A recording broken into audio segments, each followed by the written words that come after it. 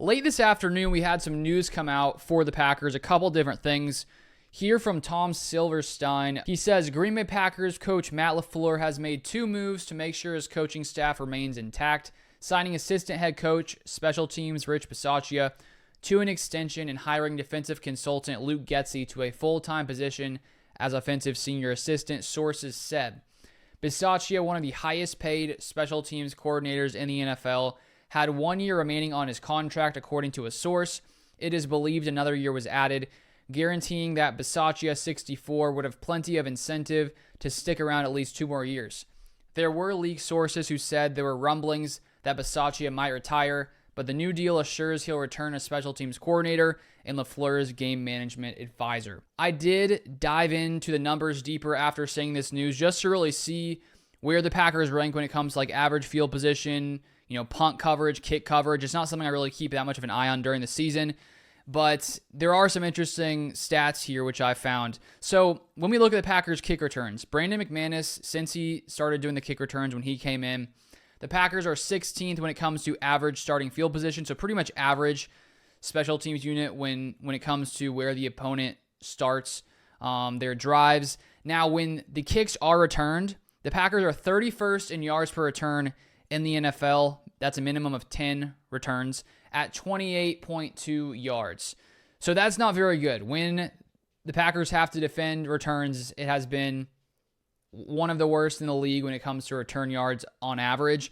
If we look at the best team in the league, it was at 20.3 yards. So that's about an 8-yard difference per drive. Now, I think that can add up in the long haul. A team gets an extra 8 yards every single drive. That does add up.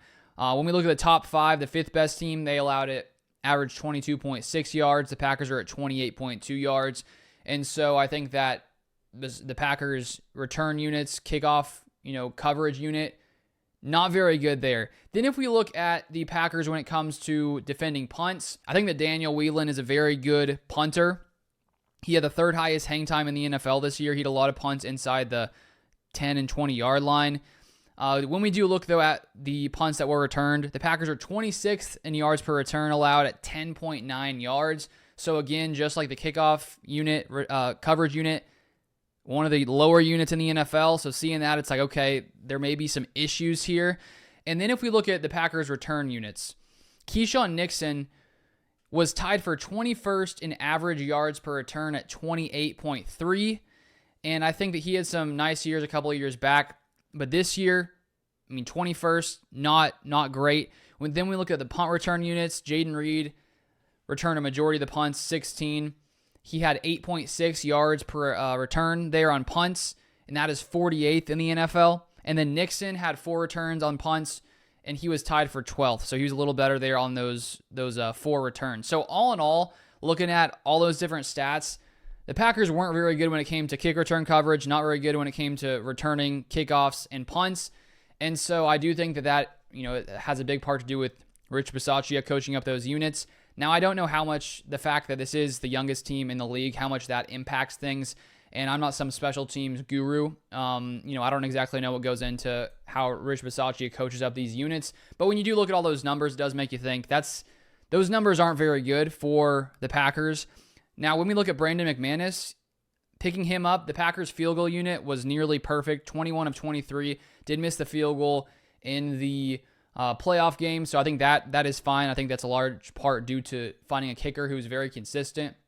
And so all in all, as I said, I don't have a massive problem with the return units, but as you can see here with the special teams, the numbers aren't very good. So I don't know if bringing in someone else would really make it that much better. I feel like the Packers special teams haven't been great. I do feel like, though, there's been less mishaps than there had been in previous years with other special teams coordinators, but all in all, I don't have that much of a problem with Rich Bisaccia, but this unit could be better. I just don't know if bringing someone else in is going to make it better. Is Rich Bisaccia the problem? Potentially. Honestly, I'm not some special teams guru. And then Luke Getsy was also brought back here. He had been working as a defensive consultant before he got added back here recently, now as the full-time offensive senior assistant. And he had been in Green Bay for a while before he left to go be the Bears OC in 2022 and 2023. Then he was also the Raiders OC for part of 2024. Didn't really go well with the Bears and Justin Fields. So now Luke Getsy is back here in Green Bay. But that's all I have for today. If you want more Packers content, feel free to subscribe down below, and I'll see you guys next time.